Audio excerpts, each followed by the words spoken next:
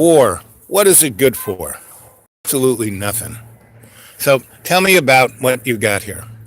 What I have is a display in honor and recognition of the centennial of the ending of World War One, which occurred November 11th, 1918. Uh, World War One appears to be one of those forgotten conflicts in the American psyche. I guess it's because World War II was so close afterwards and so much larger. And it was like they were the same war. Yeah, Versailles brought us World War right. II. When it may have been Pershing or another American general, when he first heard of the armistice, he was furious. Right. He said, "This is terrible news. The Germans don't know they're beaten. Right. So we'll have to do this Again, exactly. And there were so many great heroes in that war who at the time were sung but never thought of again because A, they didn't die, Right. and B, they kept saying, no, we can't do this again. And no newspaper or media form or anything. And as I was saying before, Woodrow Wilson, who brought us World War One, I mean, he got elected because I'm not sending any of our boys to World War He One. kept us out of war. Yes, but The only for a few election months. was in November of 1916, Right. and then we were in the war in April of 1970. Right. He didn't just. And we were totally unprepared Oh, to enter that war. unbelievable.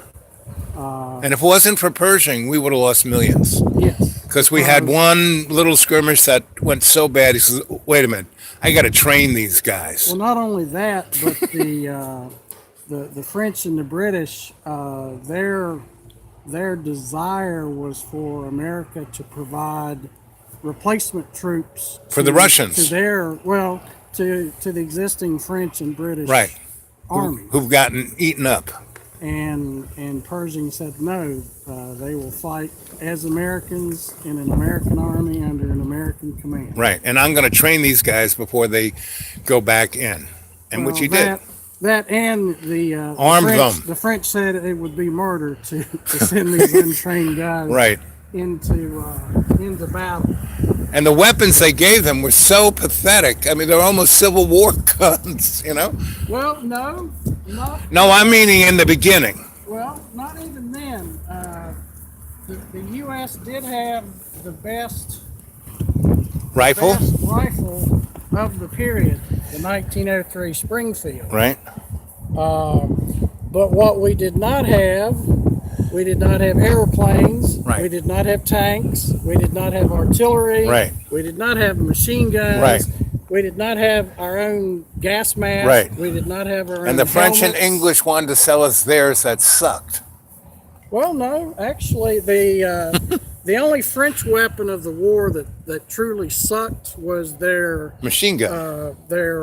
automatic rifle, Right. the Chauchet. Right. And the only reason it sucked was, for some reason, they thought it would be a good idea to expose the bullets to. I'd run after it, but I can't run. They thought it would be a good idea to expose the bullets To the weather. so you would know how many were in the Right. So if mud and crap got in there, it wouldn't work. Right. Yep. So it was jammed. Yep. And then the Americans had the bright idea to redesign the Chauchet Right. to use the American 30-06. Right. And created a weapon that was hard to believe that was worse than the French Chauchet, but it actually was, because the American cartridge was Right. so much more powerful. It would blow the gun up. Right. Yes. The shotgun was a nice idea, and the 45. Right. And that came from the Spanish Civil War, right? Because the Spanish, even after they got shot, they were still coming after you. Well, you're thinking of the Philippines. Oh, yes. The 45 came about Right. as a result of the Philippine in Mindanao. Right. The They wouldn't stop. Moro Warriors. Right. They shoot them and they still come after you. You had Well, to have 'cause a bullet to blow them 'cause away. They were doped up on Yes. some narcotic. Yep. Well, and we learned that we did that in Iraq. You know, Gave it to the kids in the candy bars. Yeah.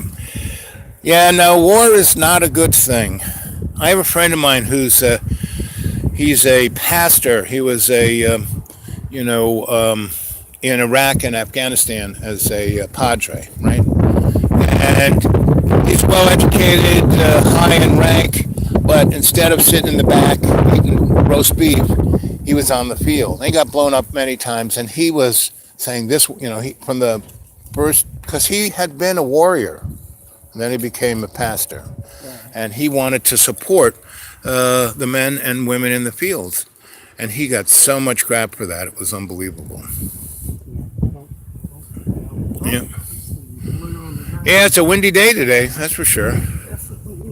Well, I want to thank you for your bit of history, because that's really what we as citizens need. You need to put the strap underneath your chin. Okay. I think I may have to switch to the Cap? overseas cap. Yes. Yeah. So what got you into this? Well, I have a little bit of personal connection to World War One, Uh-huh. and that is right here. These are the artifacts that my uncle Henry Gilmer kept, his mementos that he kept after the war. Mm-hmm. He joined the Marine Corps in July of 1918. Right. Of course, by the time he was trained and sent overseas, the war was over. Right. But he did spend a year in occupation. Right. So he kept his Victory Medal, his Marine Corps Good Conduct Right. Medal, his Expert Rifleman and Marksman awards. So did you know him? No, He was gone before you showed up. he was gone a long time before I ever came. For some reason, the Gilmer men seemed to wait late in life to start families. Mm-hmm. I was born in 1965. Oh, really? My father was born in 1908. Holy moly. My grandfather was born in 1858. Ooh. So I can look at people and say, my grandfather Was in the Civil War. Was too young to fight In the Civil War, right. And his father, my great grandfather, would have been considered too old. So how much do you know about the Civil War? Quite a bit. So you know that one of the reasons why the North won was that Russia broke the blockade and gave us like $20 million worth of gold. Gave who? The North. Well, I don't think the South ever had a successful blockade.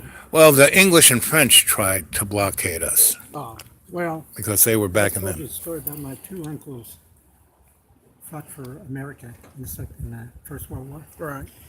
I also had another uncle from Scotland who fought for England and for Scotland in the Okay. First World War. And he wrote a diary. Now, my mother had the most education. She went to third grade. My dad went to second grade. So his education was the same, just about the same. And he'd write little things in there like, we get paid today, I buy a cup for me Kate. She'd be my sweetheart. And they were from a town called Vermont. And the last three entries in the diary was, we shall the Germans today, there can be no more than left. And then his last entry was, tomorrow we go to the parapets. My regiment is to lead the charge. And that was the last entry. And he didn't make it. And he didn't make it. So we went over to Scotland. There's a castle there. And the castle has like the crown jewels of Scotland. And they have these books. And in the books is everybody who died under the flag of Scotland. And so we started going through the books, but we had to know the regiment. Like Black Watch and stuff like that. So there was a page standing there, and I said, I told him what I was trying to do. And he said, well, look at the colonel. It was way over here. And he took us up to the record room where everything was on Microfiche? right, it was now Computer? computerized. And we found where he was and where he was died. He's buried with friends and the Quantrill place. Did you make it over to France? Did you see the fields I've over been there? over to France and I've been to the memorials over there, but I didn't know anything about. This came after I'd gone to France, So You didn't did know the connection. did, so I had the connection. did you see? I mean, what was your gut feeling when you saw all those crosses? In France, Yeah, you can't put it into words. because it shows the physical representation of why we shouldn't have war. Are you telling you? I'm going live. You're on the World Wide Web. But anyhow, I just wanted to bring that story up. Well, that's a great It's story. interesting that you bring up Edinburgh. My uncle Henry, while he was overseas, I think he was in England at some point, and he met the greatest friend of his life, which was a gentleman by the name of Charlie Henderson, and I believe he was from the Edinburgh, Scotland area. And they became such good friends that when Henry went back to the States, Charlie came back with him somehow, and then Charlie ended up marrying one of his sisters. Kept it in the family. Yes, my aunt Caroline. But these were all people I never knew because That was a long time ago. they were. You asked me if I got over there to Scotland to see us.